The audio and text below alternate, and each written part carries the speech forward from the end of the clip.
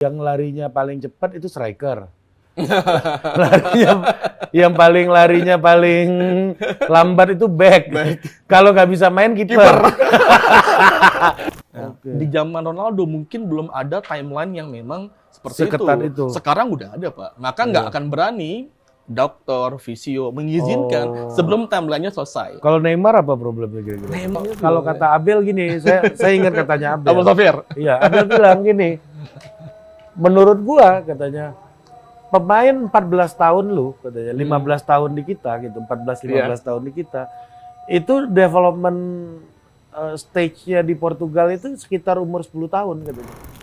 Ketika teman-teman udah bisa literasi bagus, Inggrisnya bagus, maka dunia kebuka, Pak, semuanya. Kita nggak butuh effort besar untuk memberitahu informasi mereka, karena mereka bisa baca.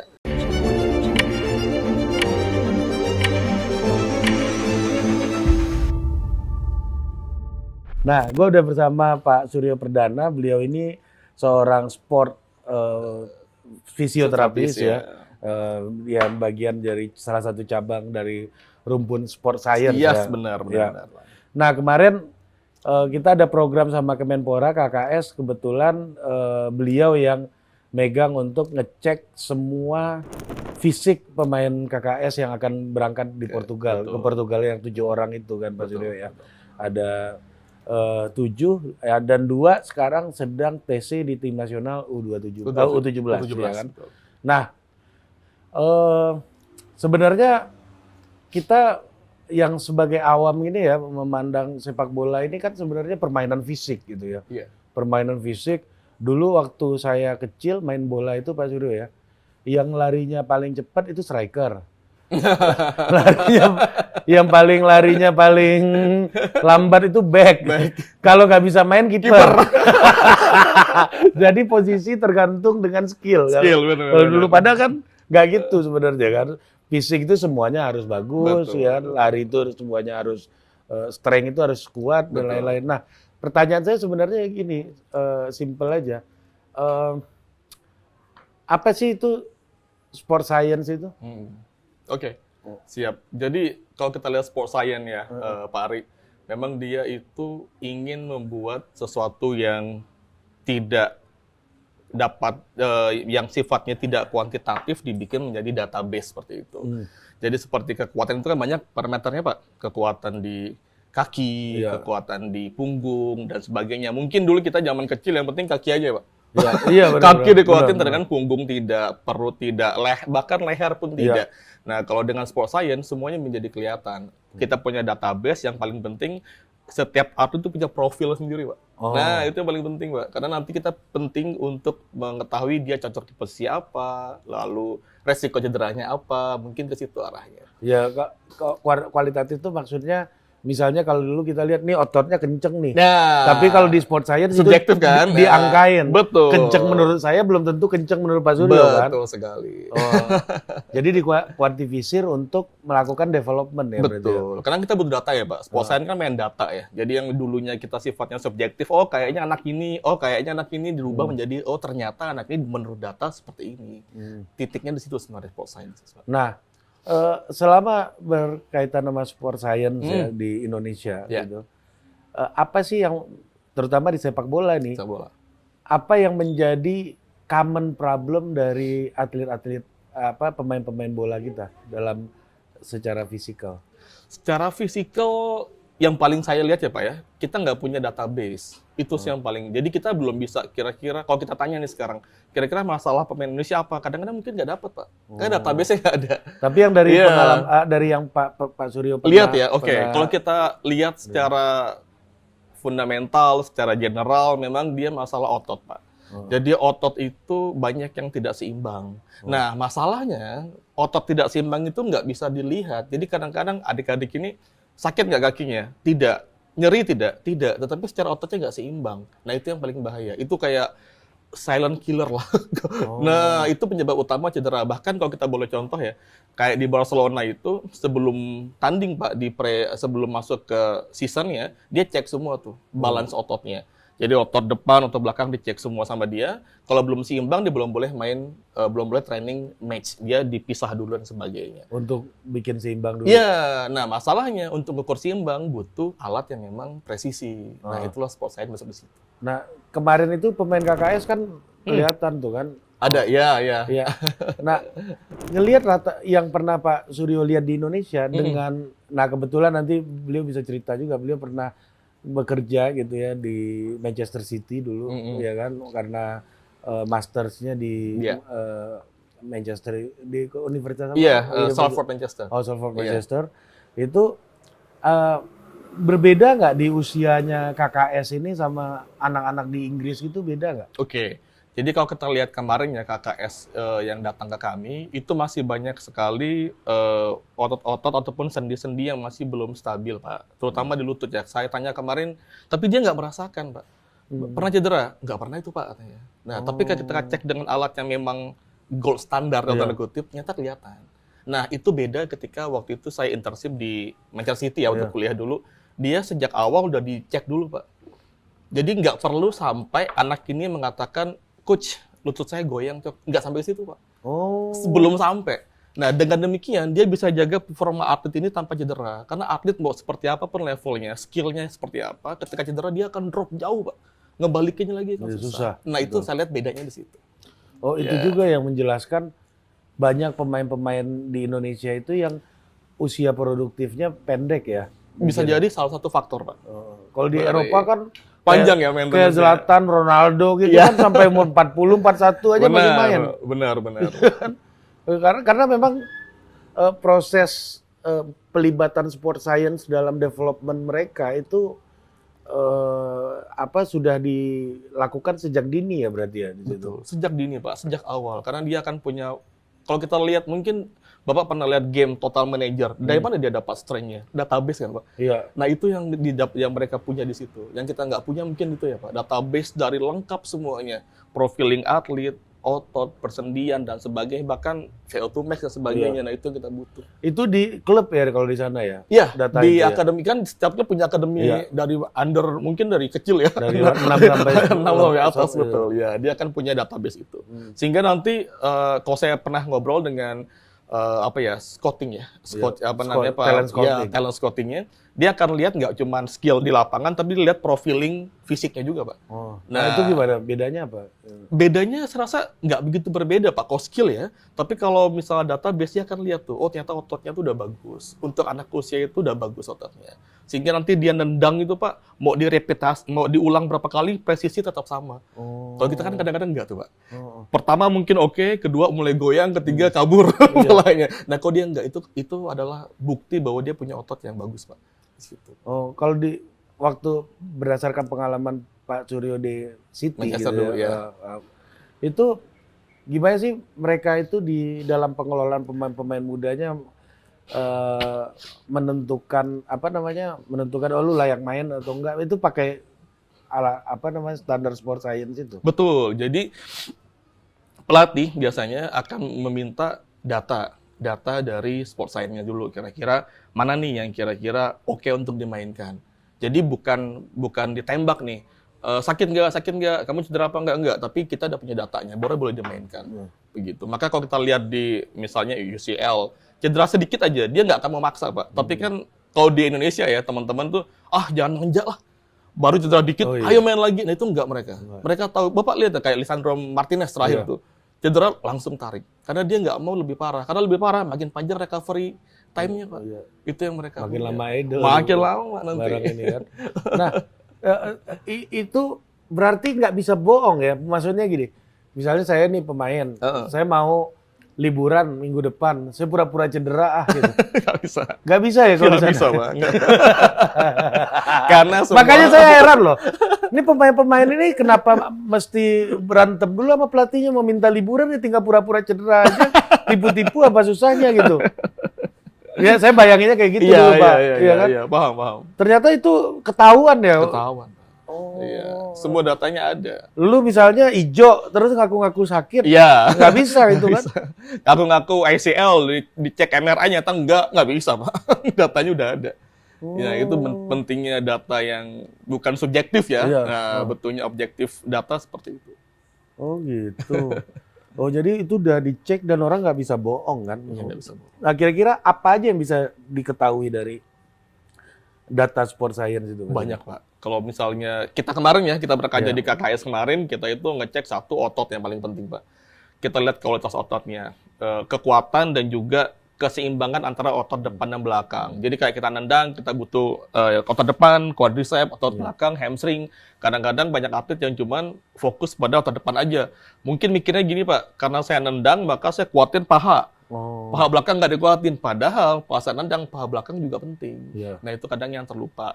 Yang kedua, kemarin kita juga cek dari pola dia berjalan dan juga berlari, Pak. Tapakan. Nah kemarin ditemukan data bagus, Pak, di KKS itu. Jadi ternyata teman-teman kita yang, adik-adik kita yang posisi sebagai back, memang posisi berdirinya itu cenderung memang agak ke belakang. Sedangkan yang dia sebagai winger, Iya. striker, dia distribusi beratnya cenderung ke depan. Itu ketahuan, Pak. Itu nggak bisa dilihat pakai apapun. Coach juga nggak akan bisa lihat. Iya, Karena iya, memang betul. itu data yang memang data itu ya, data objektif ya. Apa dari device. konsekuensinya apa dengan ke belakang dan ke depan? Nah, bagus pertanyaannya, Pak Ari. Jadi kalau kita punya pemain misalnya dia posisi sebagai striker yang butuh akselerasi tinggi, maka dia butuh distribusi badannya itu, berat badannya itu agak ke depan. Sehingga ketika dia akselerasi dia akan lebih cepat, Pak. Tapi kalau dia masih di belakang, dia butuh beberapa second untuk memindahkan distribusi gayanya ke depan dulu, baru dia bergerak. Dan itu kan dalam sepak bola kan sepersekian detik, Bisa Pak. kehilangan momentum. Momentumnya hilang, betul. Nah, dan itu bisa dilatih, Pak. Bisa dilatih untuk... Itu bisa diubah tapi. Bisa diubah, Pak. Asal lebih cepat diidentifikasi Iya, gitu. dia ya. mau jadi apa nih? Oh, saya mau jadi back, maka kita pastikan. Dia penyerang, kita pastikan. Gitu. Itu yang paling penting teridentifikasi Iya, itu kan. database, Pak. Ya, dan KKS sudah memulai dengan hal yang penting, itu Iya. dengan database. 7 orang doang. Baru. Iya. Permulaan yang baik. Iya, dan itu pun nggak main tiap minggu kan. Idealnya kan klub Benar. pakai ini. Klub di Betul. Indonesia ada nggak? Di Persis Solo pakai kan ya? Belum kerjasama sih, Pak. Tapi sepertinya juga sudah ada sport science kan. Ada sport science gitu Iya. ya. Ya, nah Pak Suryo, hal yang juga menurut saya sangat fundamental gitu ya. Kemarin berkali-kali Pak Suryo jelaskan soal otot leher. Betul. Dan itu semuanya otot lehernya bermasalah nih anak-anak KKS Iya. ini kan. Apa pentingnya sih otot leher ini? Oh, betul. Bagus. Kan padahal yang saya tahu Formula One itu penting. Karena ketika belok itu bisa 3 kali berat kepala dia harus tahan gitu kan. Karena kecepatannya 300 km per jam. Pembalapnya harus tahan berat kepalanya yang Betul. beratnya jadi 3 kali lipat. Benar. Penting otot leher, makanya gede-gede itu lehernya Formula One. Kalau pemain bola kayaknya otot leher nih buat apa gitu. Nggak apa ya, Pak, ya? Iya. Bagus sebenarnya. Nah, ini kalau bisa ditampilkan gambarnya mungkin kita bisa Iya, nanti saya komparasi insert, tuh. iya. Nah, dikomparasi, liatin lehernya Ronaldo, Messi deh. Lihat otot lehernya. Wah, itu sangat aktif, Pak. Ototnya sangat aktif. Nah, kemarin kita cek memang banyak yang kurang diaktifasi otot leher. Nah, kenapa penting? Karena otot leher itu otot batang tubuh, Pak. Iya. Nah, dia yang berfungsi untuk menstabilkan ketika kita lari, berakselerasi, dari diam menuju berlari, dari berhenti, kan ada pivoting dan sebagainya, Iya. itu penting otot leher. Oh, itu leher, bukan core ya? Nah, pertanyaannya begitu. Sama, Pak. Jadi itu termasuk core juga. Jadi core tuh nggak cuma ada di perut, Pak. Tapi juga ada di leher. Nah, itu yang gitu. penting. Nah, permasalahannya apa? Gimana, Pak? Kalau misalnya ternyata otot lehernya lemah, apa kompensasinya kan, Pak? Iya, itu. Dia akan gunakan otot lain untuk bekerja. Sehingga otot lain lebih cepat fatigue tuh, Pak. Lebih cepat lelah. Dibandingkan pemainnya otot lehernya udah bagus. Dan rentan cedera pasti. Pasti kok itu, Pak. Jadi yang pemainnya otot lehernya bagus, dia memanfaatkan otot leher untuk berlari stabil. Tapi kalau otot lehernya udah cepat lemahnya, Pak, maka dia pakai otot lain tuh, Pak.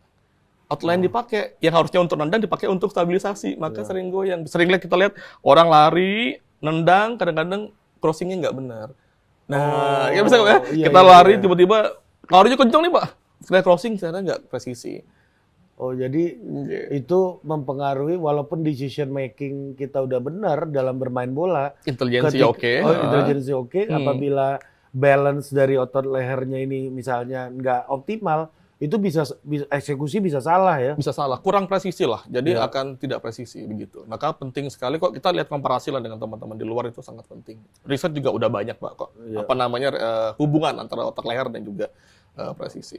Oke. Nah, Berdasarkan pengalaman Pak Suryo kan bekerja di sport science, bahkan pernah mengamati sepak bola Eropa yang begitu begitu prestisius di situ Betul, dan kompetitif gitu ya. Hmm.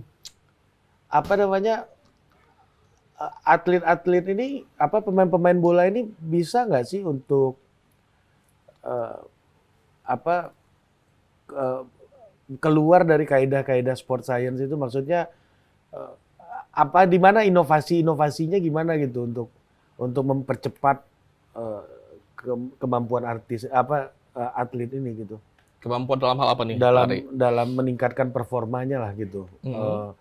Ada nggak waktu Pak Suryo di Eropa itu Iya. inovasi-inovasi yang kita ini kayaknya nggak pernah kepikiran situ gitu, tapi di sana ngelihat gitu. Kalau yang saya lihat ya Pak, yang paling penting itu di sana dia selain memang fisikalnya dibentuk Pak, lalu dia punya database kedua, ketiga intelijensi, kecerdasannya, intelijensinya, itu yang juga nggak luput dari mereka. Maka mereka juga perhatikan pendidikan. Nah itu sih Pak yang saya lihat. Oh, yang paling penting kan sering kita dengar decision making ya Pak. Ya. Nah itu yang paling penting mereka. Jadi mereka tuh memasukkan komponen kognitif dengan serius Pak di sepak bola. Nah, gimana tuh misalnya? Jadi ya seperti belajar, Ya. mereka memberikan pembelajaran yang baik untuk teman-teman kita di usia muda. Jadi nggak cuman main tok, tapi juga ada sisi kognitifnya, pemahaman taktik atau pemahaman pengambilan keputusan itu juga di drill sama mereka. Karena kan teman-teman di usia muda mungkin tidak mendapat kesempatan yang sama untuk belajar dengan yang non atlet ya Pak. Jadi saya lihat mereka punya program untuk intelijensi kecerdasannya itu yang peningkatan kecerdasan ya. Intelijennya dinaikin. Nah, kalau dalam peningkatan kapasitas performa fisik gitu ya, apa yang menjadi basic rules gitu kalau di Eropa? Performa fisik. Ya. Iya. Terutama di usia muda ya. Usia muda, oke. Kalau mereka yang dipastikan adalah satu, bagaimana tadi Pak, keseimbangan semua otot-ototnya. Jadi otot itu perlu aktif Pak. Nah, usia muda itu banyak otot yang belum aktif sama mereka, maka diaktifkan. Jadi tidak hanya cukup dikuatkan, tapi juga perlu diaktifkan. Misalnya itu contohnya gimana? Contoh tadi misalnya leher, itu ototnya nggak butuh dikuatkan. Oh, mereka nggak aktif ya berarti. Nggak aktif. Lalu kayak bahkan nggak aktif ya, bahkan nggak aktif. Bukan lemah tapi bahkan nggak aktif. Otot core itu kan kecil-kecil, paling segini Pak ototnya, kecil sekali. Itu bukan dikuatkan tapi diaktifkan. Nah, konsep itu yang mereka buat. Nah, mengaktifkan ototnya dan sebagainya. Nah, untuk mengaktifkannya memang butuh banyak cara. Begitu. Nah, untuk mengaktifkannya apa yang perlu diperhatikan? Satu, yang biasa kita lakukan ya Pak, dia pakai namanya feedback secara virtual. Nah, jadi ketika kita pakai biasanya namanya elektromyograf Pak. Mereka pakai, ditempel di otot, nanti bisa lihat ke mereka, oh ternyata otot saya aktif. Jadi si atlet ini ngerasakan bahwa otot dia aktif apa tidak secara visual. Begitu. Kan kadang dia cuma ngerasa nih, kayaknya kuat, coba lihat dulu. Coba kamu cek di situ, oh ternyata enggak ya. Nah, otak kan ngerekam tuh Pak. Ternyata otot saya tuh belum aktif. Nah, dia akan merekam tuh. Kalau aktif gimana posisinya? Oh, posisi saya kalau aktif seperti ini nih modelnya. Misalnya ya, seperti ini aktif. Oh, aktif seperti ini. Dia akan rekam tuh. Sama dia, oh kalau saya mau aktif berarti gerakan kayak gini. Nah, maka itu akan terus menjadi behavior mereka. Tapi kenapa ya? Saya kan pernah ke akademinya Sporting betul. Pak Suryo. Ya. Itu pemain di situ tuh badannya tegap-tegap. Gede sih enggak, tapi tegap-tegap. Iya, betul. Itu karena otot batang otot batang tubuhnya semuanya aktif, Pak. Dan untuk mengaktifkannya itu butuh tadi Pak, visual feedback yang memang, oh ternyata kalau aktif tuh kayak gini loh saya. Dia butuh dikasih tahu yang benar dulu Pak. Kan kadang kita nggak tahu nih yang benar kayak mana. Oh ayo yang tegap, caranya kayak mana. Nah ketika kita lihat dipasang EMG dalam dietnya, kita punya kan kemarin kita cek juga ke adik-adik KKS. Ketika lihat di layar, oh ternyata kalau saya gini nggak aktif. Kalau saya kayak gini baru aktif. Oh kayak gini posisi saya nih. Kau berdiri. Nah itu Pak. Oh sampai berdiri gitu dicek. Berdirinya. Tapi distribusi tadi Pak. Distribusi dia cenderung ke belakang apa ke depan. Itu kelihatan di feedback. Nah kemarin juga pas meeting sama KKS, Pak Suryo sempat menyinggung soal bentuk sepatu. Ya, apa jenis sepatu itu kayak gimana sih penjelasannya? Sebenarnya kemarin dipotong sama Koci nih, belum jelas. Memang sebenarnya ada memang yang spesialis untuk ini ya, di hal kaki lah ya, di pedo itu banyak yang spesialis. Tapi kemarin kita lihat, kalau pengalaman saya, karena kebetulan kampusnya juga dekat dengan spesialis yang untuk kaki, dia melihat bentuk kakinya karena kaki orang beda-beda Pak. Satu arkus Pak. Nah ini kalau kita nggak, jadi arkus itu kayak cekungannya gitu. Nah kadang-kadang kalau atlet arkusnya nggak ada dan tidak dimodifikasi sepatunya, jadi dia punya daya lontarnya untuk lari itu agak lemah, Pak. Oh. Itu yang pertama. Jadi kita butuh scan dulu bentuk kakinya. Maka kemarin ada ya, Pak, kita di KKS itu kita scan bentuk kakinya, mana yang arkusnya bagus, mana yang distribusinya napaknya tuh, semua kaki kan harusnya ketapak, Pak. Tapi ada tuh yang nggak ketapak, Pak. Iya benar. Nah, benar. ada yang cenderung ada ke kiri. yang jarinya hilang semua. Nah, benar. Ya, Ada di gambarnya ya. Itu penting, Pak, untuk yang high level football. Karena kan dia presisi sekali untuk bergeraknya. Nah, itu nanti dimodifikasi. Perlu nggak sepatunya dimodifikasi sesuai dengan tapak kakinya? Untuk yang high level ya, bener kata coaching kemarin ya. Iya. Untuk yang high level. Iya. Begitu. Tapi di level ini bisa bermain optimal aja udah cukup. Oh iya, sebenarnya, udah sangat baik, bagiannya. Pak. Sangat baik. Untuk dan itu diperbaiki masih bisa. Masih bisa, Pak. Nanti ada beberapa otot yang butuh dikuatkan. Nanti kita bisa analisa dari itu. Nah, Pak Suryo, kemarin juga ada beberapa hal ya, mungkin ini nggak tahu Pak Suryo yang ngeluarin data atau tim gizi atau apa, saya nggak tahu. Iya. Misalnya minum 3 liter per hari kurang. Betul. Terus itu makan apa namanya, tidur kurang. Iya, benar. Ya, itu gimana bisa tahunya tuh, Pak? Oh ya, kita sebenarnya punya alat nah itu alat biasa ya Pak. Kita punya alat untuk body composition. Oh, Begitu. Nah di body composition itu ada data namanya tadi Pak, konsumsi air. Jadi kadar air dalam tubuhnya. Nah itu harus kelihatan Pak di sana. Itu nggak bisa bohong juga Pak. Walaupun kita agak susah ya kalau harus dicek. Sebenarnya alatnya nggak begitu mahal, bisa ditaruh di gym kan. Nanti kelihatan berapa komposisi airnya dan sebagainya. Itu yang untuk air, Pak. Yang kedua, untuk tidur. Nah, ini penting, Pak. Itu banyak sekali research itu tentang masalah tidur. Untuk recovery. Kamu mau seperti apapun treatmentnya, rehabnya, tapi kalau tidur kamu nggak cukup, maka tubuh nggak akan bisa healing dengan sendirinya. Itu ketahuan ya kemarin semuanya kan? Iya. Tidur. Nah, emang pemain kita itu kenapa sih susah untuk tidur disiplin itu, Pak? Apa atlet-atlet kita? Apa sih problemnya? Sebenarnya harusnya secara personal ya Pak ya, gitu harusnya ketika dia sudah di kasur, declare dia sebagai atlet, harusnya dia harus bisa tidur. Itu yang pertama. Yang kedua, pikiran saya mungkin adalah dia mungkin tidak tahu manfaatnya, Pak. Manfaat untuk tidur. Jadi ketika atlet itu belum tahu manfaat tidur, maka dia nggak akan effort untuk dia tidur awal mungkin. Nah, mungkin saya pikiran di situ tuh, antara dia memang belum tahu. Berapa jam sih tidur sehari? 8 jam. 8 jam kita mulai tidur jam 8 sampai jam 10 sampai jam 12 sampai jam 2 Beda pagi. Nggak bisa. Maksimal kan jam 9-an, Pak. Itu udah harus sih ya. Apa bedanya coba, Pak? Karena nanti kalau kita tidur melewati jam 11 ambil jam 11, maka banyak sekali hormon, banyak sekali senyawa-senyawa tubuh kita yang harusnya bekerja jadi nggak maksimal, Pak. Misalnya detox tuh. Ya kita mengeluarkan secara sampah-sampah metabolisnya harus jam 11-an ke atas. Ketika kita tidur dia nggak aktif, maka sampahnya kan nggak kebuang, Pak. Nah, begitu dia masalahnya. Jadi bukan masalah durasinya saja, tapi waktu tidurnya mulai kapan juga jadi hal yang diperhatikan. Ada nggak sih dalam sport science, terutama dalam physical terapi ini, hal-hal yang pas dicek pakai alat kemarin, Pak, itu yang nggak bisa diperbaiki, ada nggak? Iya, nggak. Jangan-jangan banyak yang nggak bisa diperbaiki karena motivasi Pak Suryo aja orang masih bisa gitu. Biasanya yang kita temukan itu panjang tungkai, Pak.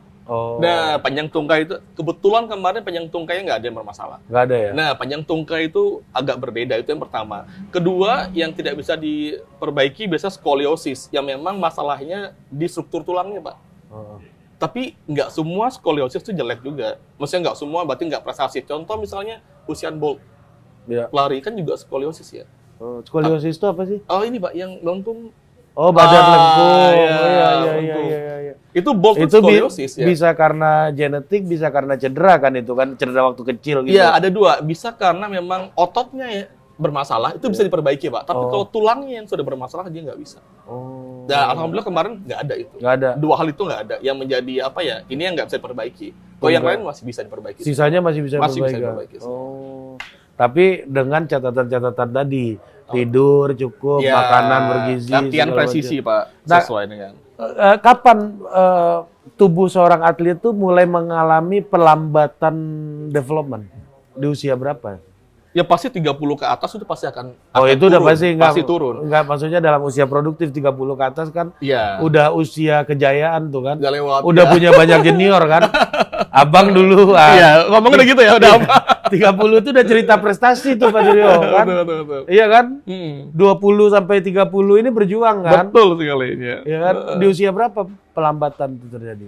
Sebenarnya ya itu Pak, saya keperlambatan topnya kan memang di usia 27 ya, Iya. 27-an 30 dia akan turun. Nah, permasalahannya adalah seberapa kuat kita menahan turunnya itu. Oh, Kenapa ada Ronaldo 40 tahun baru nyetak tadi malam kan gol? Iya. Nah, kenapa dia bisa tapi misalnya Sneijder udah jadi pandit tuh. Iya. Udah ya misalnya Iya. gitu. Kenapa Abel berbeda? Xavier gitu. Nah, tergantung dia bisa menahan seberapa kuat proses penuaan itu, Pak. Cara menahannya dengan Sport science, olahraga, gizi dan sebagainya. itu Ronaldo itu orang kayak Ronaldo, Zlatan itu tanpa sport science itu udah nggak mungkin ada Nggak itu ya. bisa, Pak. Ya, sport science dia punya database dirinya sendiri dan juga dia punya komitmen. Itu sih yang paling penting, Pak. Nah dulu itu kan kita pernah dengar orang kayak R9 terus Marco van Basten Iya, gitu, yang Ronaldo botak ya. Iya, Ronaldo botak. iya, Ronaldo botak sama van Basten. Iya. Itu cedera lutut parah kan, Betul. dua-duanya. Betul. Dan dua-duanya bahkan Van Basten dengan berat hati harus meninggalkan sepak bola di usia yang relatif sangat muda, 26 tahun, 27 Betul, tahun betul, gitu. betul. R9 masih keluar masuk. Iya. Itu tapi kita kayaknya nggak banyak lagi dengar cerita pemain hebat semacam itu hari ini. Yang cedera ya, betul. Iya kan, cedera yang mungkin ada, Iya. cuma nggak separah itu kayaknya ya, gitu. Betul. Yang kita dengar nih. Iya. Itu apa yang berubah dari sepak bola menurut Pak Suryo? Iya, cederanya sama. Iya. Yang cedera juga sama, jaringannya pun sama. Yang berbeda adalah bagaimana pendekatan sport science dan sport medicine-nya, Pak Ari. Jadi, cedera seperti Ronaldo Rosario, ya, yang itu ya, Lutut. Van Basten, Iya. dan sekarang Neymar kan juga sama. Neymar, Pak. Nah, semua kan dia cedera ACL. Nah, yang paling berbahaya dia cedera ini adalah bagaimana dia mau menurutin sesuai dengan timeline-nya, Pak. Jadi dia butuh sekitar 6 bulan lah ya, plus minus itu untuk dia balik lagi. Nah, kadang-kadang ada yang nggak mau menunggu tuh, Pak. Ada Main yang nggak lagi? mau menunggu. Ketika dia main sebelum itu maksimal, jadi jaringan si ligamen ini mungkin udah nggak sakit, Pak. Iya. Sakit udah hilang. Tapi dia belum siap untuk dimain lagi, dia ulang lagi, cedera lagi. Dia akan balik lagi, cedera lagi. Nah, Oke. di zaman Ronaldo mungkin belum ada timeline yang memang seperti Seketat itu. Sekarang udah ada, Pak. Maka nggak akan berani dokter, fisio mengizinkan sebelum timeline-nya selesai. Kalau Neymar apa problemnya kira-kira? Neymar kalau saya lihat ya dari beberapa video yang ada di YouTube tuh memang penanganannya dia belum begitu maksimal. Banyak dikaji tuh Pak di teman-teman sport science dan juga sport itu physio. malah jadi Iya kajian. pembicaraan. Kenapa Kajian. seperti itu kajiannya? Kenapa seperti ini gitu. Itu mungkin karena kedisiplinan atau kan pemain Brazil image-nya bengal kan? Ya image nih. Iya. Ini stereotip. Time-nya seperti itu. Ronaldinho. Iya, Ronaldinho kan. Iya. Satu mungkin karena itu. Kedua, saya nggak tahu pendamping sport medicine dan sport science dan sport fisionya, Pak. Iya. Apakah mengikuti kaedah yang sudah ada? Iya. Kita udah ada konsensus lah. Itu sebenarnya udah ada. Tinggal diikutin saja. Gitu. Oh, tapi itu jadi kajian sendiri. Apa kira-kira hipotesisnya, Pak? Pertama, banyak jadi dia itu waktu, Pak. Waktu Neymar itu terlalu pendek untuk return to sportnya lagi. Oh, karena jadwal kompetisi dan lain-lain begitu ya. ugal-ugalan sekarang ya. Jadi Oh, itu yang dipaksa. Rodri protes ke UEFA itu benar ya berarti ya. Jadwal kalendernya kan tim-tim besar ini udah Iya, Rodri kan sampai belum main tuh, Pak. Belum sekarang main, ini. iya, benar. Ini kalau kita mungkin ke Manchester, dia mungkin udah main, Pak. Udah main biasa, tapi dia belum boleh main ke level yang memang topnya. Pasti akan recurrent cederanya, Pak. Karena belum siap Oh. ACL-nya. Nah, apakah atlet-atlet itu mengikuti, tapi kan yang udah bintang-bintang mungkin, alah saya udah ngerasa baik kok, saya ikut aja lah, kenapa saya harus nunggu sampai 6 bulan kata dia. Nah, itulah saatnya dia akan cedera lagi. Oh, nggak akan gitu. sembuh kayak gitu. Jadi kayak kena luka itu belum sembuh, digaruk lagi. Artinya ada spirit untuk anti science ini ya. Upaya untuk against method ini untuk Iya. akhirnya membuat cederanya berkelanjutan. Betul, karena gitu. di 4 bulan itu Pak, biasanya udah nggak kerasa Pak. Nggak kerasa Nggak kerasa sakit. sakit lagi. Jadi Oh. ngapain lah saya ngapain gitu. Ngapain Tapi saya untuk ke gym? level kompetitif Nggak belum bisa. bisa. Di 4 bulan ke atas itu dia harus nge-gym, dia harus strengthening. Nah itu kan malas kadang-kadang. Iya ya, dalam situasi nggak bertanding loh. Iya benar. Kalau saya akhirnya kalau ngelihat situasi ya jadi ngerti gitu kenapa atlet bola terutama di Indonesia itu nggak punya kesadaran yang besar untuk menjaga fisiknya gitu karena kompetisinya kita nggak reguler. Oh iya. Kalau di sana kan dari usia dini banget itu udah reguler dan Betul. mereka tahu kapan harus ngerem, kapan harus ngegas kan. Iya. Ini gua liburan nih 2 bulan, gua agak santai dikit nggak apa-apa. Iya, benar. Nanti 2 minggu jelang mulai lagi, gua akan gas budi gua untuk jaga body Jaga, lagi iya. gitu kan, jaga fisik lagi. Betul. Nah kalau di sini kan nggak ada jadwal reguler kayak begitu kan, sehingga orang nggak punya kesadarannya menjadi sangat Iya. lemah gitu kan, Betul. beda sama di sana kan. Nah, tadi Pak Suryo sempat nyinggung kan soal jadwal kompetisi yang begitu padat. Padat gitu ya, betul. Wah, ya kan, itu bermasalah.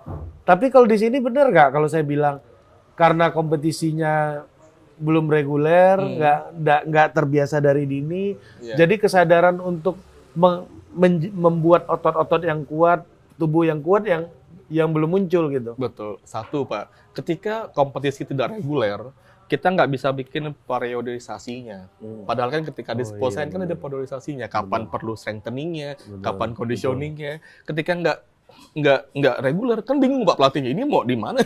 Nah itu Iya, menjadi iya. kesulitan. Itu yang pertama. Yang kedua tadi, jadi ketika misalnya dia tidak reguler, ketika anggaplah dia main tanding cedera, kan dia nggak tahu lagi Pak mau kapan lagi saya main. Maka dia ntar aja lah saya abaikan saja.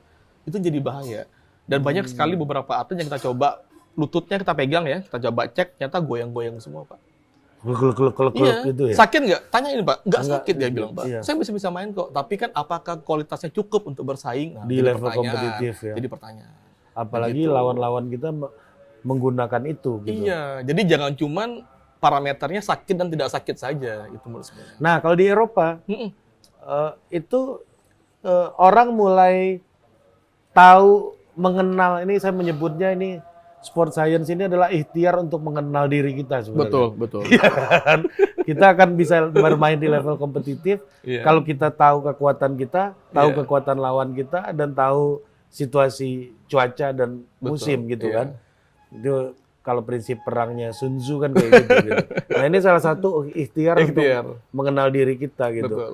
Di Eropa kapan orang mulai mengenal dirinya itu? Ini Pak, kalau saya lihat ya, kalau saya baca-baca beberapa artikel, sejak mulai ada Internet of Things, itu mulai masuk, maka disitulah mulai sport science mulai ada.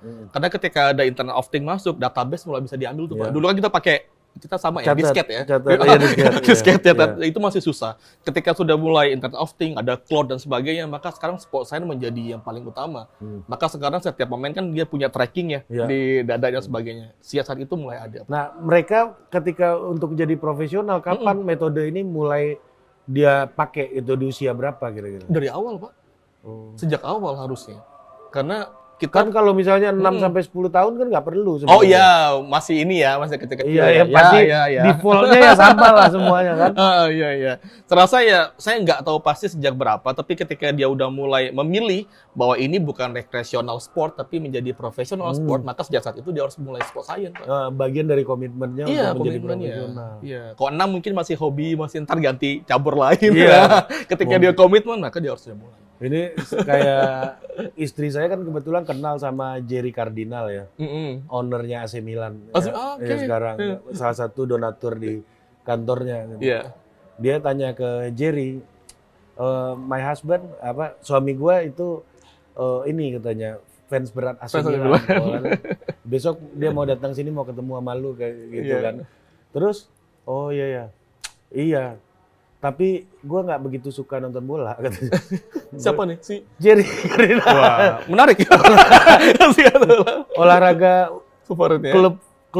klub yang gue miliki itu ada 6 katanya. Ada 6 atau 7 gitu. Ah, oke. Yang paling dia sering tonton tahu nggak klub apa? Apa tuh? Dayung. Agak jauh ya dengan bola ya. Saya kira klub bola lagi enggak, dayung. Maksud saya ada gini. Oke, kita tadi azan jadi kita berhenti dulu. Nah, itu Jerry Cardinal tadi, orang pemilik klub aja dia udah beli klub jutaan dolar masih lebih tertarik sama cabur lain gitu dia. Apalagi pemain bola kan. Oh, berarti ini bagian dari komitmen untuk menjadi profesional atlet ya? Iya, harus seperti itu. Oh. Ya.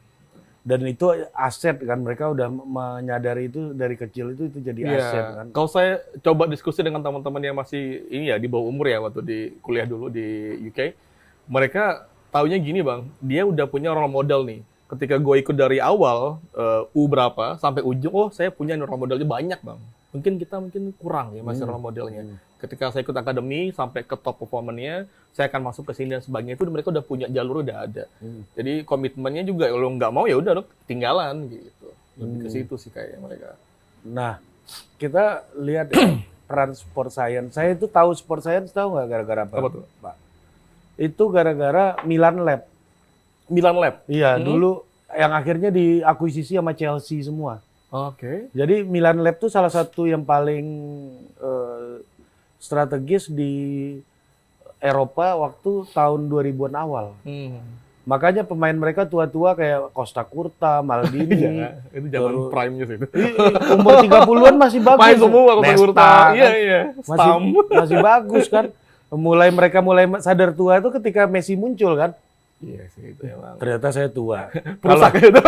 Kalau 5 tahun yang lalu Messi kayak gini udah saya habisin kata Nesta kan. Iya kan?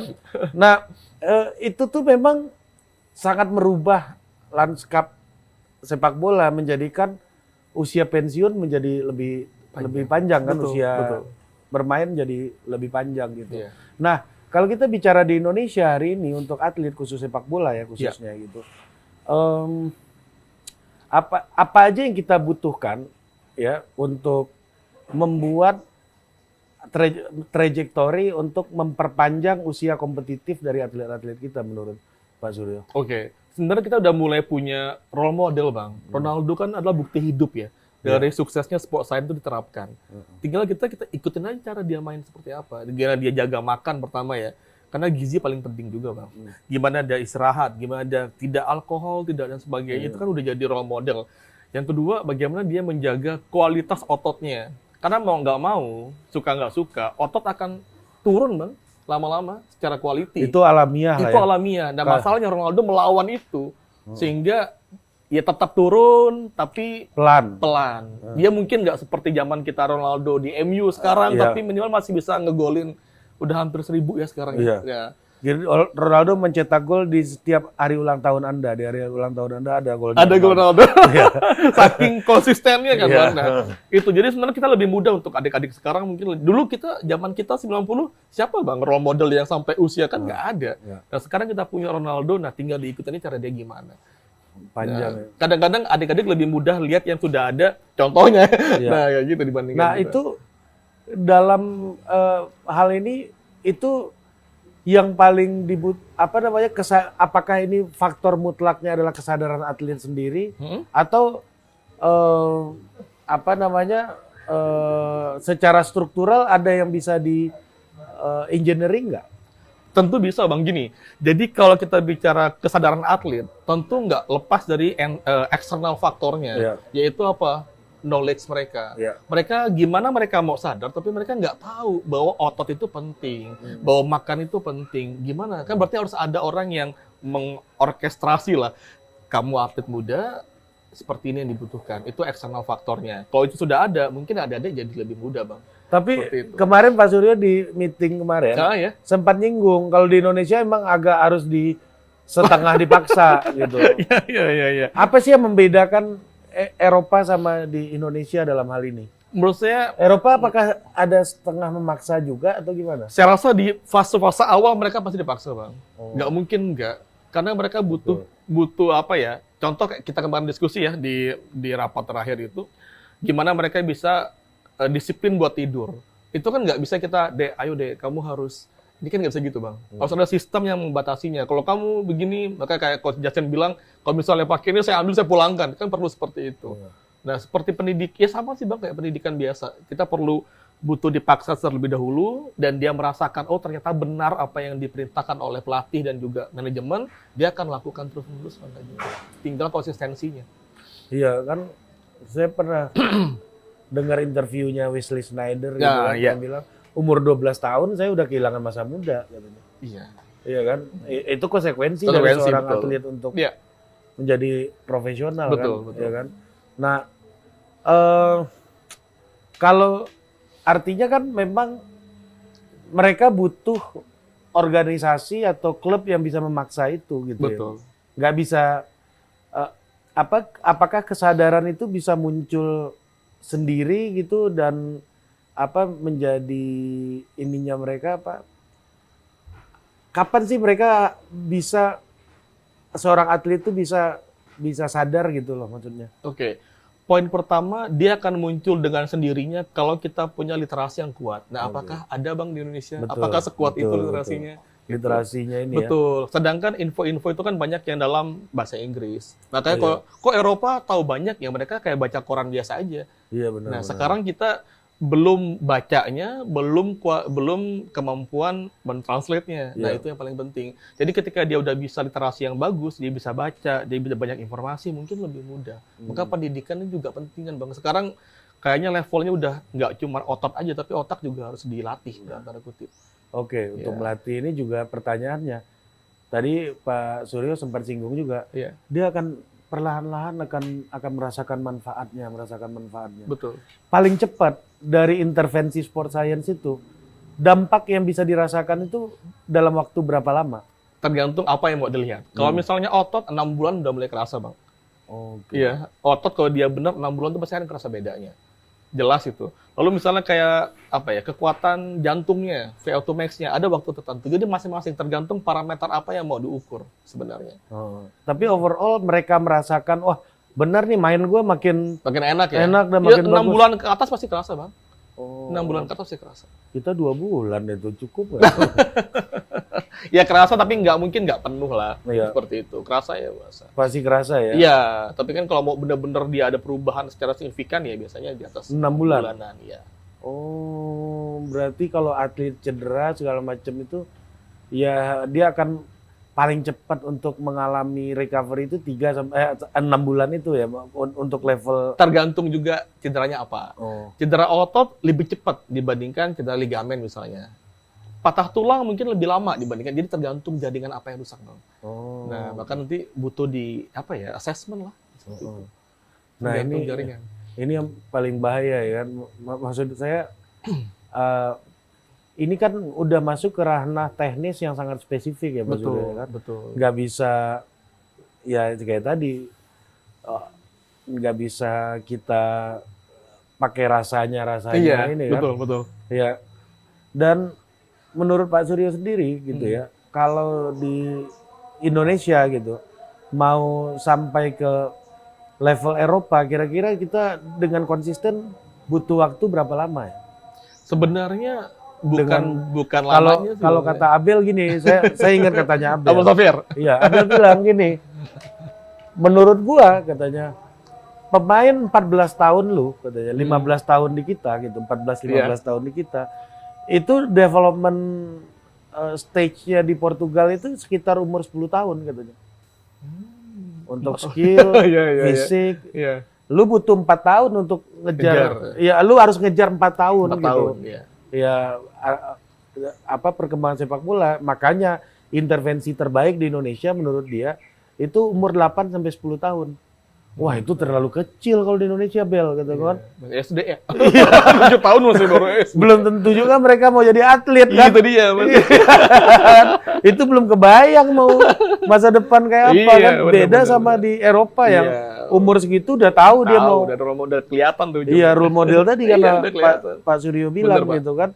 Nah, kalau dalam physical maintenance kayak physical development ini, kita itu melihat apa yang dilakukan di Eropa dengan apa yang kita lakukan tuh ketinggalan berapa jauh menurut Pak Suryo? Saya nggak bisa bilang tinggal berapa jauhnya, Pak. Yang kita bisa lihat adalah bagaimana tim ini lengkap apa tidak. Ah itu yang paling itu penting. poinnya. Nah, jadi kalau saya lihat ya, yang ambil mudah yang pernah saya lihat di sana, timnya tuh lengkap, Pak. Jadi ada memang coach yang untuk teknis sendiri, ada untuk physical sendiri, ada yang analisis sendiri, ada yang untuk medical sendiri, dan itu harus lengkap semuanya. Manchester City coachnya itu satu Manchester City itu ada berapa orang? Waduh, banyak sekali, Pak. Banyak ya. Jadi kan kalau di Inggris kita tahu namanya kan bukan coach, Pak, manajer kan, Pak? Manajer, Nah, dia ada banyak coachnya di bawahnya itu. Oh. Iya. Oh iya Iya, benar. jadi harus ada sport visionya, sport dokternya, ada sport measure-nya, sport banyak sekali, Pak. Yang Di Indonesia itu yang punya kayak begitu kayaknya belum banyak klub tuh. Iya, tapi kayak sudah Yang- menuju, yang tapi lengkap ya, lengkap benar, semua. ya lengkap. Saya tuh Regulasinya. ingat ya waktu saya ke Sporting, dia Heeh. bilang pelatih kita semuanya itu ada 160 orang katanya. Semua. Semuanya. Wow. Itu Sporting apalagi City gitu. Lebih banyak. Pasti lebih banyak gitu. 160 orang, Pak. Iya. Gila. Banyak, Pak. Belum psikolognya, belum sport nutrition, Oh, banyak sekali. banyak banget ya. Banyak sekali. Dari cara mereka memenuhi itu aja, itu ya kita masih banyak pekerjaan lah ya Betul. untuk menuju ke situ. Nah, pertanyaan saya, menurut Pak Suryo untuk mengisi hal tersebut yang kosong-kosong tadi Iya, ya, pos-pos yang kosong tadi di Indonesia, cara yang paling wise itu seperti apa? Pertama, Kan kalau kita iya. dorong sebanyak itu mungkin industri kita belum se-advance mereka kan. Betul, Jadi kan itu di Eropa industrinya udah advance bla bla bla bla bla gitu kan. Iya, iya. Pasti banyak omongan kayak gitu. Makanya saya tanya yang paling wise itu kayak Yang apa? paling wise ya. Yang paling wise minimal regulasinya sih, Pak. Regulasi dibuat bahwa satu tim itu minimal ada medical doctor, ada sport visionya, minimal satu lah, Pak. Jadi biar bisa tadi, Pak, misal bayangkan, Pak, ketika di tim itu tidak ada dari medisnya, gimana kita tahu dia cedera berapa kapan untuk baliknya, Pak? Kan begitu. Harus ada, mau nggak mau seperti itu. Kalau kita pengen mau sampai ke level itu harus seperti itu. Dan saya rasa di timnas kan juga udah sama ya. Ya kalau di timnas sudah ada. Oke. Udah Nah, oke. kalau memang Liga 1 kayaknya juga sudah mulai banyak ya seperti itu. Mau nggak mau, suka nggak suka itu, Pak, kalau saya pribadi. Nggak ada Iya. cara lain. Oh, Ya, karena masing-masing profesi punya kelebihan dan punya keunggulan sendiri-sendiri. Dan itu tuh sampai ke level-level grassroots aja udah memenuhi itu loh di Eropa itu. Betul. Iya kan? Iya. Bukan klub kayak City, tapi iya, bawah udah tarkam-tarkamnya ada, Pak. Udah itu punya. udah punya kan, minimal satu tadi kan. Bener. Padahal sumber daya kita saya rasa juga udah banyak, Pak. Udah banyak lah bisa didaya gunakan. Tinggal nanti disinergikan aja. Ya. Terus yang juga jadi problem gitu ya, soal tadi sempat bilang kesadaran atlet, intinya literasi gitu. Gimana menurut Pak Suryo untuk mempercepat literasi di Indonesia itu apa yang perlu dilakukan? Memang literasi penting ya, Pak. Karena banyak sekali informasi mulai dari cedera, bagaimana progres ke depan dan sebagainya. Mau nggak mau ya emang ada yang bertanggung jawab untuk bikin media biar adik-adik ini bisa tahu gitu, Pak. Ya. Kalau dia langsung baca literasi dari primary source-nya mungkin susah. Ya, Tinggal kita bikin media apa, mungkin kayak Bang Ari dan teman-teman bikin media sendiri. Yang ini kan seperti salah satu juga ya, usaha kita untuk literasi adik-adik. KKS kan mau ke situ tuh. Ya, iya. Medsosnya mau ngarahnya mau ke situ. Betul. Mau nggak mau, sekarang kan lebih apa ya, mereka lebih lihat ya mungkin short, kayak Instagram, Iya, lebih. Nah, betul. ya mau nggak mau kita harus ke sana. Karena kalau mengharapkan dia baca literatur dari primary source kayaknya agak berat. Tapi di YouTube sebenarnya banyak, tapi berbahasa Inggris Itu semua. dia. Iya. itu dia, Bang. susah tuh. Sebenarnya banyak, betul. Itu kendala bahasa ya. Iya. Makanya saya waktu kemarin tuh ketemu sama Wapres, kita 3 jam ngobrol gitu. Salah satu tema kita tuh soal sport development, soal sepak bola. Nah, saya bilang, kita ini Mas, dari kecil doktrinnya itu, kita ini negara yang strategis. Diapit 2 samudra, Betul. diapit 2 benua. Tapi itu membuat kita abai dan lupa bahwa kita ini adalah negara yang terisolir dari peradaban sepak bola sebenarnya. Karena apa? Karena orang Brazil dari Rio ke Lisbon cuma 7 jam. Oh ya. Iya kan, Masuk akal. orang Afrika, Aljazair segala macam naik kapal ke Spanyol cuma 2 jam. Iya. Iya kan? Sementara kita mau ke Lisbon dari Jakarta, kalau kita naik Turkish misalnya, Jakarta Turki Istanbul itu 12 jam, Jakarta Istanbul Istanbul ke sana Lisbon aja. udah 5 jam lagi, udah Iya, 17 jam. Kita ini udah kalah 10 jam, Mas. Kalau perang nih 10 jam ini mereka udah bisa bikin macam-macam gitu. Kita terisolir, belum lagi faktor bahasa saya bilang. Penting. Iya Itu kan? paling penting. Orang Brasil bahasanya Portugis. Satu rumpun ya. Iya, bahasanya Portugis. Dijajah kan mereka. Betul. Spanyol, bahasa Argentina bahasanya Spanyol. Makanya Messi gampang pindah ke Barca Barcelona ya. waktu itu. Iya. Karena bahasanya Satu Spanyol bahasa, kan. betul. Nah, sementara kita bahasanya beda. Kata saya. Nah, kita terisolir juga dalam bahasa gitu. Nah, ini untuk menjembatani ini nih memang mau nggak mau negara mesti pasang badan gitu. Nggak bisa kita berharap ke rakyat ngerjain sendiri, ini kerja susah. Jepang itu ke Belanda cuma 6 jam, 7 jam, Pak. Iya. Iya kan? Kita jauh banget, 12 jam apa berapa gitu.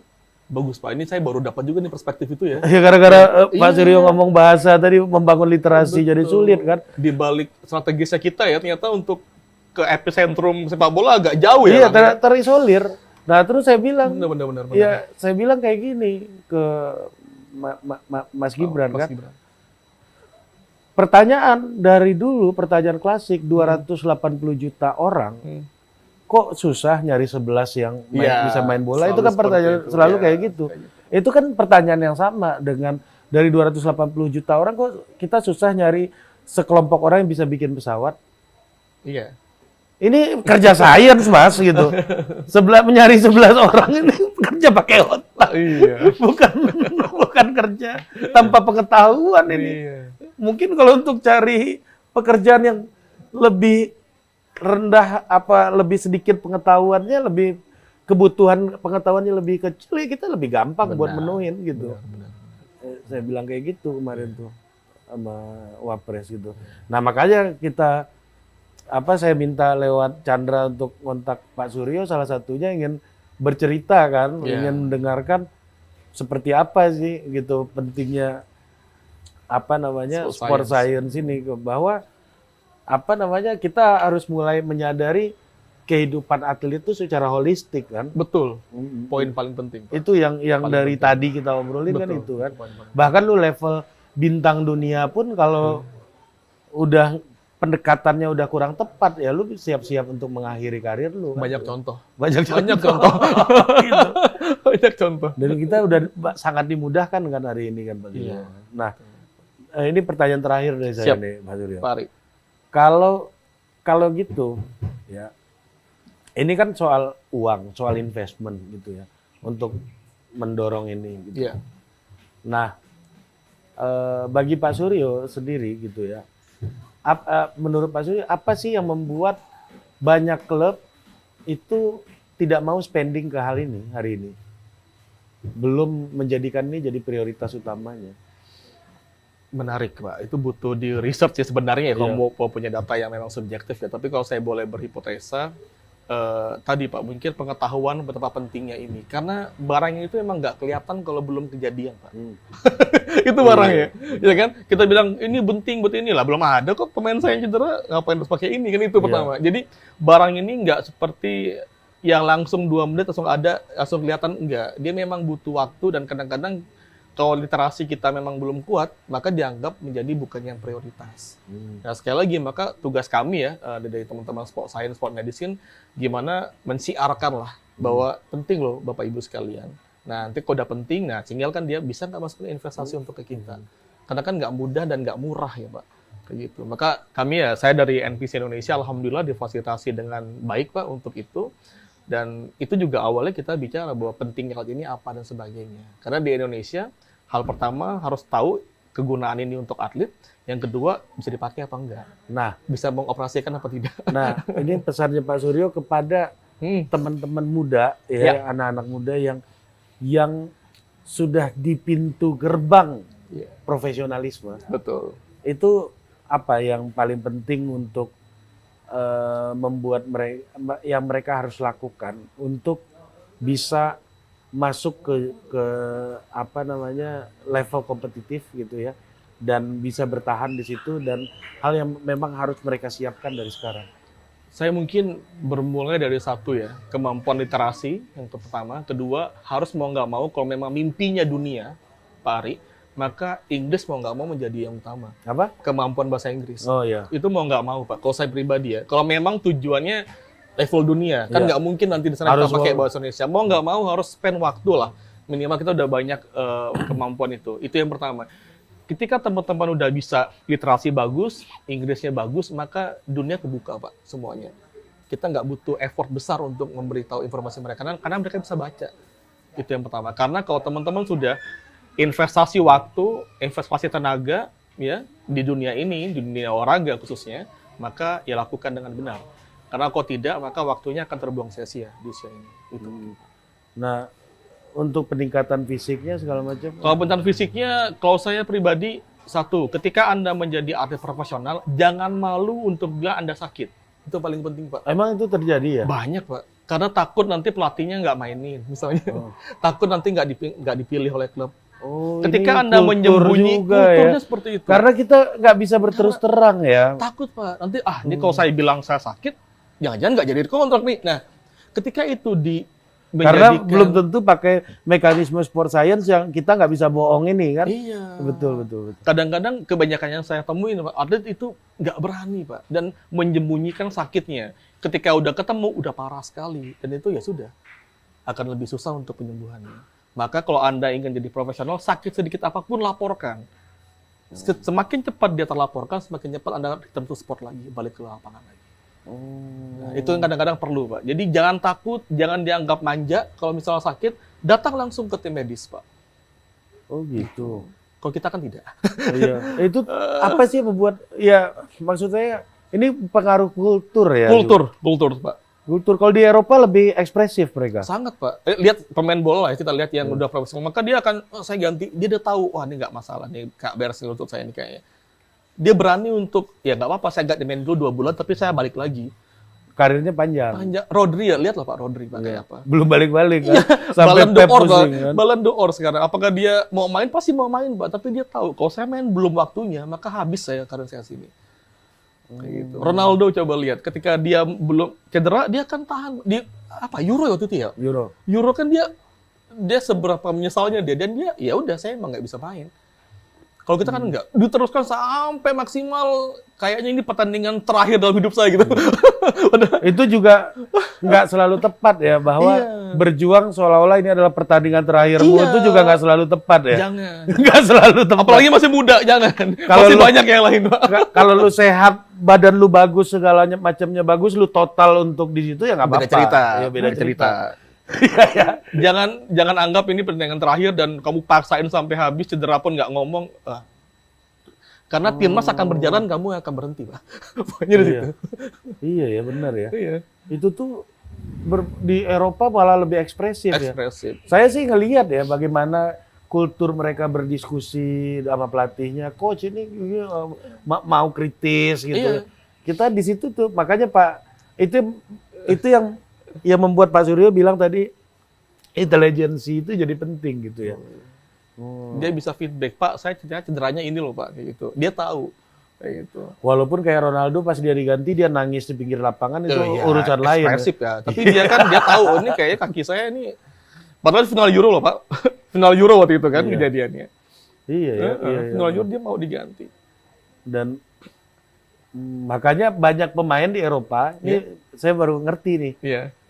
marah kepada pelatihnya karena diganti. Karena dia nggak ngerasa sakit, Ya. dia oke-oke aja gitu. Kok gua diganti? Iya. Lu nganggap gua jelek gitu kan? Iya, Atau lu benci sama gua? Kayaknya main Iya. gua bener-bener aja. Benar. Itu yang membuat perkelahian di antara Iya. pemain dan pelatih gitu ya. Biasa tim medis kan dia pakai ini ya, tim medisnya bilang, oh ini kayaknya nggak bisa main. Kita kan punya ini, Pak, tes cepat lah, quick test di lapangan. Oh, ada exit tesnya, poll lah Pak. ya, exit poll ya. Jadi ke politik nih kita. Jadi ada memang quick testnya di lapangan, ketika dia melewati itu lulus, maka dia boleh main. Ketika enggak pasti akan ditarik, Pak. Oh Kayak gitu. Memang Itu ya basic banget ya. Iya. Jadi Karena kalau- berharga kan, Pak. Barang ini apa nih? Sorry, atlet ini kan berharga ya. Dia akan jaga terus itu. Dia nggak mau dihancurin langsung. Iya. Itu Itu sih buat adik-adik. itu juga yang menjadi ada aspek kultural nih membuat atlet-atlet kita ini pendek juga Iya. perjalanannya ya. Kadang sungkan, Pak. Iya, Pakewoh ya, ke bahasa Iya, Jawanya. saya pakewoh. setelah ngurusin KKS saya jadi ngerti ini. Oke. Emang kulturnya nggak ekspresif memang. Iya. Diem aja. Iya. Padahal dicek sakit, kok nggak bilang pakewoh. Kemarin gimana? Coba kasih cerita waktu Kemarin ini. ya, Iya. sejujurnya ada Waktu satu periksa atlet KKS. yang kakinya punggungnya sakit, Pak. Iya. Tapi ya Pas diam ditanya, aja pas kita coba bener kan sakit, dia baru bilang. Lalu akhirnya baru ngaku ya. lalu kita coba ini lutut Goyang. cederanya kapan? Nggak mungkin. Oh iya Pak, dulu pernah. Gitu Pak. Iya. Karena kan ini kan nggak bisa bohong ya. Iya, Ini nggak bisa bohong ya. Itu nggak mungkin kamu nggak cedera tiba-tiba kondisinya kayak gini lututnya kan gitu. Dan bilang iya pernah Pak gini-gini, ya udah. Inilah kalau yang kata Taufik Ismail itu, Apa tuh, Pak? Pak Suryo. Gimana? Akan datang hari mulut dikunci, yang bicara tangan dan kaki kita. Konteksnya masuk. Konteksnya masuk Pak. Yang bicara data ya sekarang. Itu yang saya bilang ke Budi, ini bos. Akan datang hari mulut dikunci. Yang bicara tangan dan kaki. Enggak. Ini datanya gini ya, Iya, gimana? iya. Nggak bisa ngomong. Iya, dan kemarin gimana? Sulit nggak untuk berkomunikasi sama anak-anak? ini? Tidak. Alhamdulillah mereka kooperatif ya. Ya Saya udah paham. dibukain semua aibnya ya kooperatif Iya, lah. karena kan kelihatan. Nah, nih gimana nih gitu kan. Kamu jarang latihan ini ya, hamstring ya? Iya, ya udah datanya ada. Kan nggak mungkin dia bohong. Oh, saya Oke. pernah Pak. Ya, ini mana? Kalau pernah pasti gede kan Iya. ini aktivasi ototnya. Kita enggak. Oh, oke. Enaknya oke. gitu Pak. Kita punya Iya. data itu lebih enak. Kalau kita nggak Akhirnya punya kan, ngaku kan? ngaku. Kalau kita melakukan dosa kan Pak ujung-ujungnya. Kalau kita nggak punya data coba sakit enggak sehat semua nih ya. Gitu. Iya. Ini Menarik. akhirnya mereka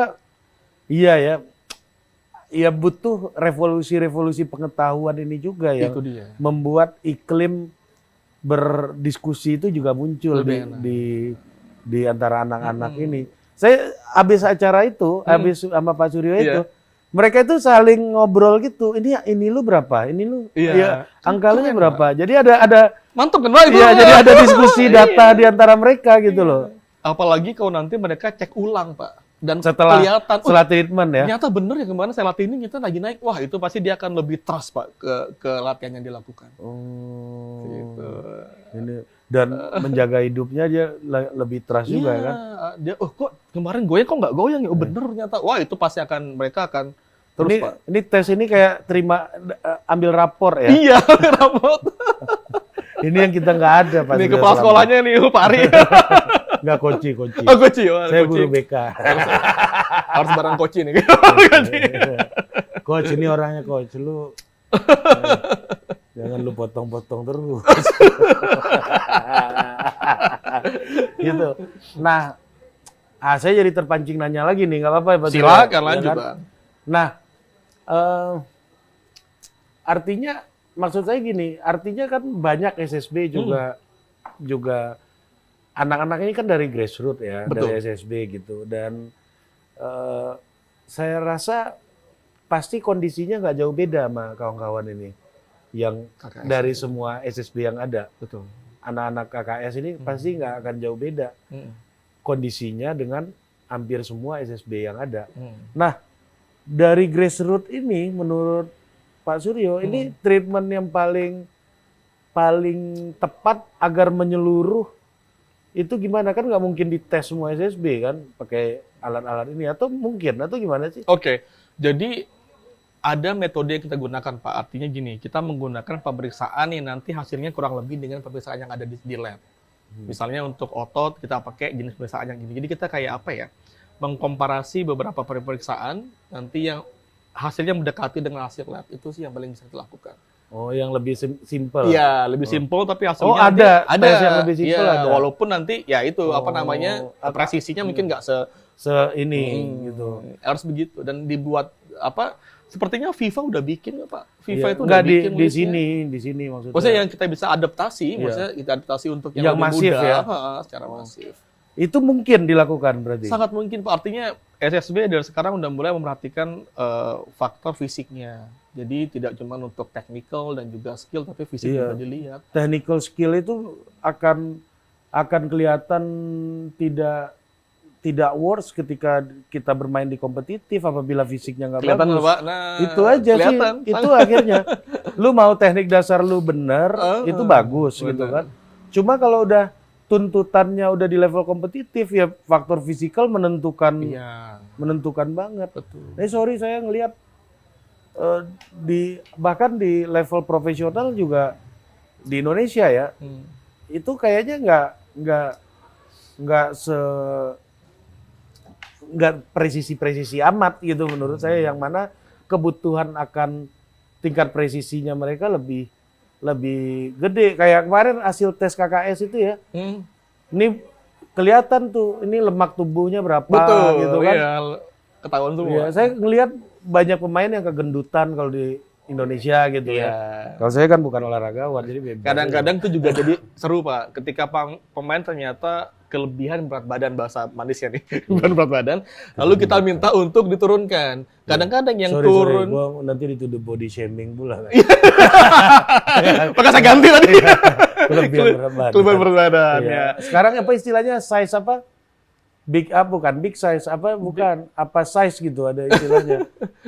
Up size apa Iya, gitu. ada bahasa lebih lembut ya Pak. Ya, seperti itulah hasilnya dia Intinya ya di gendut, atas ya. normal. Disebut lagi. Oh, orang gendut nggak apa-apa Pak. Oh aman, ya, Orang pelaku, gendut ngatain ya, orang ya, gendut ya, ya nggak apa-apa. aman. Jadi kadang-kadang ketika dia overweight gitu, tinggi, nah diturunkan tuh Pak berat badannya. Yang turun itu nggak cuma lemaknya, ototnya juga turun. Nah itu masalahnya. Kadang-kadang ada juga pemain yang misalnya beratnya 73, dia menurunkan berat badannya. Beratnya tetap 73 Pak. Tapi yang turun itu lemaknya, ototnya meningkat. Jadi akumulasi 73. Itu yang benar. Itu yang benar. 73. Ya kan Misalnya sebenarnya ya, berat 80 kalau ototnya 20% cuma 10% juga nggak masalah. Lemaknya masalahnya cuma kan dia 10% nggak presentasinya, apa-apa. bukan masalah berat badannya. Komposisinya Kayak gitu. ini kan. Iya, itu tinggal dicek dengan alat yang ada. Ya. Jadi nggak bisa, oh kamu overweight. Nah, kadang-kadang yang lebih bulky kan lebih Iya, beda. lebih beda kan. Iya. Bulky juga nggak masalah kan, kalau otot semua kan nggak ada Itu problem. dia Pak. Betul. Iya, tapi kan saya ngelihat ini nggak otot nih ketahuan. Nggak perlu dites ya udah, Iya. oh bukan nih kayaknya. Ini sama kayak saya nih. Tetelan nih kayaknya. Tetelan. Oke. Ini menarik banget loh kalau apa ngobrol sama Pak Suryo ini soal sport science ya. Lebih enak kalau ada hasil-hasil tes yang spesifik gitu. Iya. Kayak KKS kemarin Iya, kan spesifik kan, ngobrolnya. jadi enak ngobrolnya. Based on data lah ya. Iya, based on data kan. Ya kan, kalau kita lihat di apa namanya secara umum policy segala macam ya akhirnya ujung-ujungnya kita kalau nggak ada infrastruktur data ini juga kita nggak bisa ngomong apa-apa kan. Iya. Iya kan. Jadi kalau dulu kita itu cedera ke tukang urut kan, sekarang harus berdasarkan dengan ilmu pengetahuan gitu. Kasihan Bang, kasihan. Tapi banyak tapi kan bener, tapi kan aman. Ya pas yang aman yang diekspos Pak. Iya. Yang nggak aman enggak. Lebih banyak, iya. Itu dia. Kita Iya. bahayanya di situ. Oke, terima kasih Pak Suryo. Sama-sama. Sampai jumpa lagi Pak Ari. di The Authority berikutnya. Siap. Dah.